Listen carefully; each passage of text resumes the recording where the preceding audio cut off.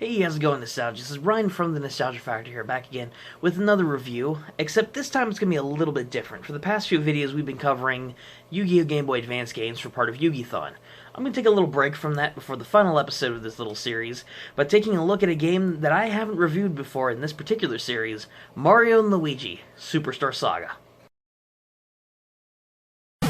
Nintendo!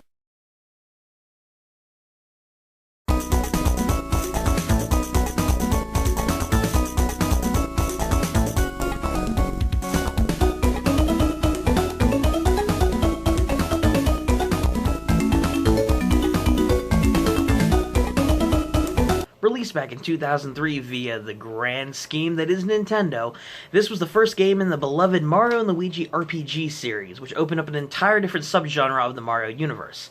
And this review actually marks the very first game that I've not only covered for Mario & Luigi for this series that's lasted about 5 games, but it also marks the first Mario game I've ever reviewed here on the show, so this is going to be an interesting one. So, let's dive into it. Does the start of this kind of niche series go way to the stars, or does it drop to the ground?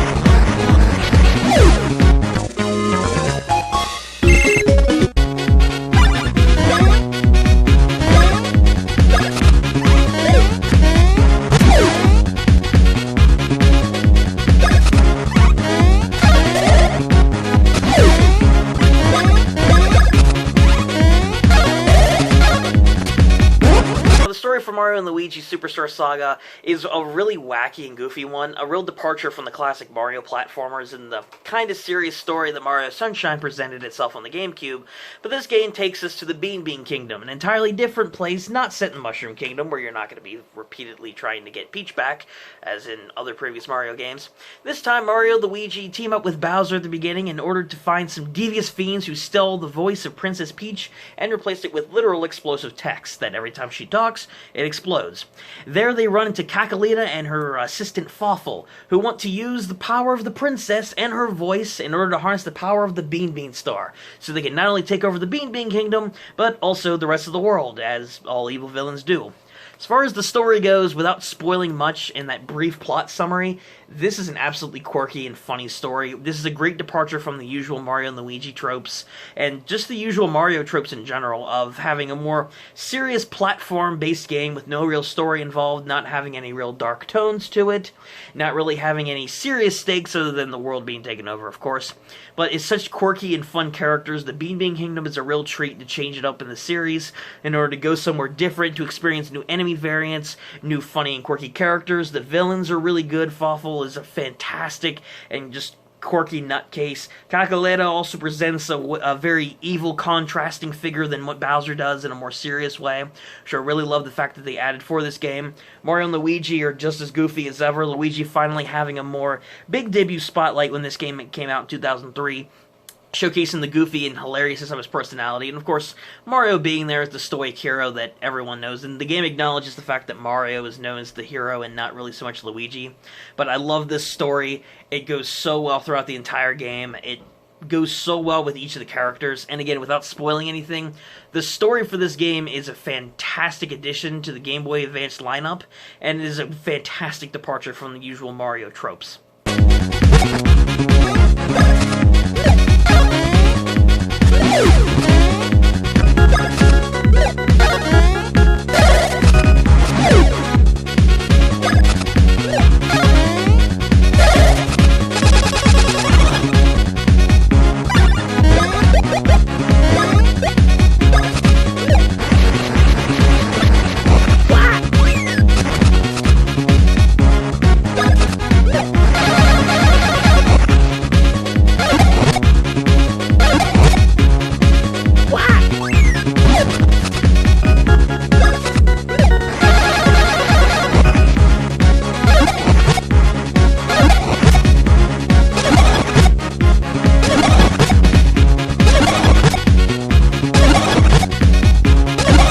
environments in this game are fantastic as well. This is probably one of the best graphically induced Game Boy Advance games that I've ever seen. You'll be traversing through so many different levels, from the beginning area with star fields to going into deep forests, deep caverns, going through different universities, and of course going through Bowser's Castle at the end. And while not giving context as to why, Bowser's Castle is by far one of the best looking I've ever seen on the original Game Boy, and the Game Boy Advance for that matter. For all the Mario games that have come out on that system, the graphics in this game look amazing. The details brimming, water dripping down from the cavern stalactites, the flow of the waves when you're on the beach areas, the battle animations for the enemies themselves, which we'll get to here in a second for what makes this game more unique than other Mario games.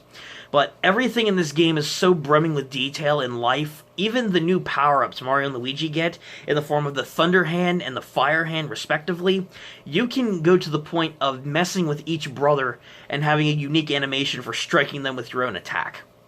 This game environmentally is so brimming with life and detail with enemies, characters, and just every area that you go into. It's fantastic to look at on the Game Boy Advance. And the music in this game is really good as well. The opening theme is a fantastic jolly jingle to get you in the mood to go on a grand adventure with the two bros in order to stop two evil new bad guys that you came across in a completely new kingdom.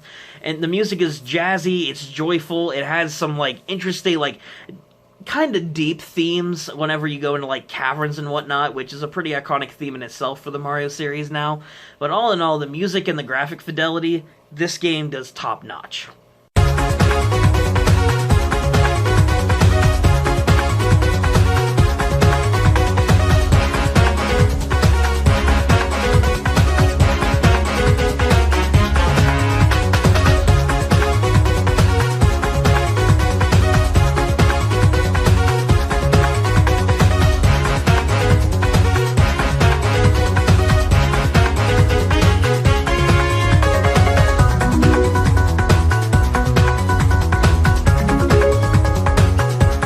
Now, the thing that makes this game the most unique in the Mario and Luigi series, well, the start of it anyway, and of course from other Mario games, is the RPG elements. Now, I bet you back in the day when people first played Mario in the arcades for a fantastic platforming experience, you never would have expected Mario and Luigi to be fighting against enemies RPG style. Well, you get that in this game. It features Mario and Luigi you control respectively in any turn-based RPG, picking a basic attack such as a stomp attack, picking an attack such as using a hammer, as trademarked with the bros, and of course utilizing special abilities that you gain throughout the game, such as the aforementioned Thunder and Fire Hand I mentioned earlier. All of these have advantages and disadvantages against different enemies that you line up against. With enemies, for example, if they have a spike shell, you don't jump on them, use the hammer. If an enemy is resistant to thunder, use fire.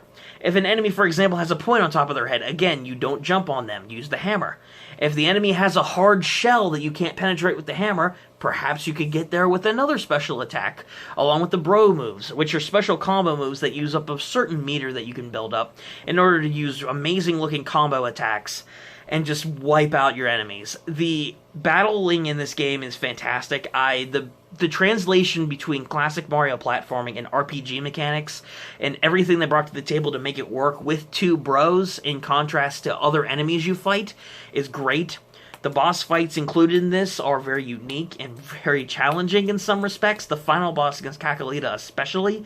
However, they are executed very well. There's no boring boss fight. This game is just great with the RPG mechanics. I really don't have any complaints as far as those go either, other than some moves will take a learning curve, and sometimes it can feel a bit unresponsive whenever you're attacking enemies with certain moves, and it will happen to you once in a while, because you'll be executing a move and think, that wasn't me. Was the game broken? You know, it doesn't happen often, but it does happen often enough to where you notice it with the battle animations. However, all in all, the great combat mechanics in this game work very well.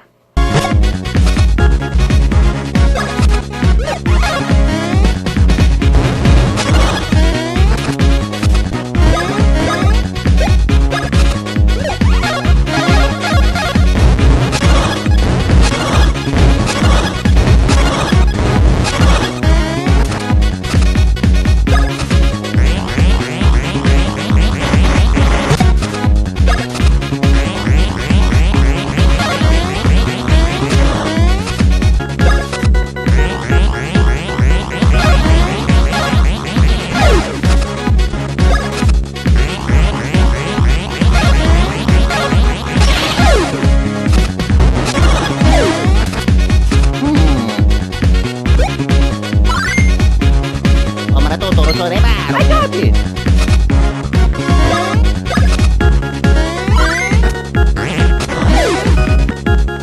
The other unique thing about this game is the overworld puzzles and whatnot that you'll have for your progression.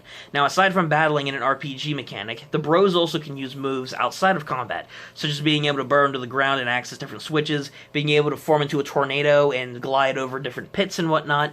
There's a wide variety of moves here that you can execute in the overworld, and you will have to learn to get very good with if you want to solve the puzzles in a timely manner throughout the game. Now, with these moves in mind, they can feel a bit iffy to use at times. The platforming can be a bit too precise in some puzzles, and some of the puzzles themselves can be a bit confusing for the layout, and the timing of some things can be really strict in certain areas. Like Chucklehuck Woods, for me, was one area where the puzzle was a little bit too tedious to traverse around the different forests and platforms in order to find different switches and get those Chocola fruits in order to proceed. But other than a few minor nitpicks, I really don't have any problems with them. They're unique, they're implemented well into the overworld. Mario and Luigi have amazing moves, and it's fluid to execute for the most part. So aside from a few gripes, honestly, it's not bad either. It's actually pretty good. And another thing I want to chuck in for this point is the humor in this game is hilarious. One thing Mario and Luigi hasn't really been known for up till that point was basically the entire Mario series wasn't really known for the quirky humor. There's so many references, dialogue exchange, funny things that happen with Luigi especially, and other characters that just... The humor in this game is fantastic, and it adds so much layer and depth to the game. Instead of it being a straightforward adventure to save the princess, you're on an actual quest in a different kingdom with hilariosities occurring every single step of the way, and that, along with the puzzles and elements, it's just really good. Mario & Luigi Superstar Saga was the very first game in the Mario & Luigi series, and it was a risk Nintendo took when they released it on a relatively new system back in 2003, when the Game Boy Advance was still more in its infancy. For a mobile game that had so much influence, it definitely has its spot in history. It is by far, in my opinion, one of the best Game Boy Advance games you will ever encounter, and quite frankly, I would highly recommend you all go and check it out. It is a staple of the Mario series, and the RPG mechanics, the beautiful graphics, the music, the humorous story and characterization. This is a fantastic game with only a few nitpicks that I personally had. All in all, if you have not played Mario & Luigi Superstar Saga, give this game a go and see what all the renowned hype's about for this great Game Boy Advance edition. And that's going to wrap it up for today's review, guys. I hope you guys enjoyed this little departure from Yu-Gi-Thon. Once the next review is out for Rechef of Destruction, which is the next review I'm planning on doing, whenever that may be, I will be moving on to a few other games before June, which we have our marathon coming up of 5 different games. I don't reveal it too early, so that way you guys have a bit of mystery surrounding it. But either way, hopefully you guys enjoyed the review. Let me know in the comment section down below what you guys think about the Mario & Luigi series, if you ever experienced it. Let me know your thoughts on Superstar Saga, and just overall what you think about it from what you heard here, from somebody else, or if you played it yourself. And if you did enjoy, give it a like, subscribe to the channel if you guys want to catch more videos like this in the future, more reviews and other content, and again, comment below your thoughts and feelings. Thank you for listening, guys. I have vastly appreciated it, and until next time, Nostalgics, this has been Ryan from The Nostalgia Factor saying, keep on gaming.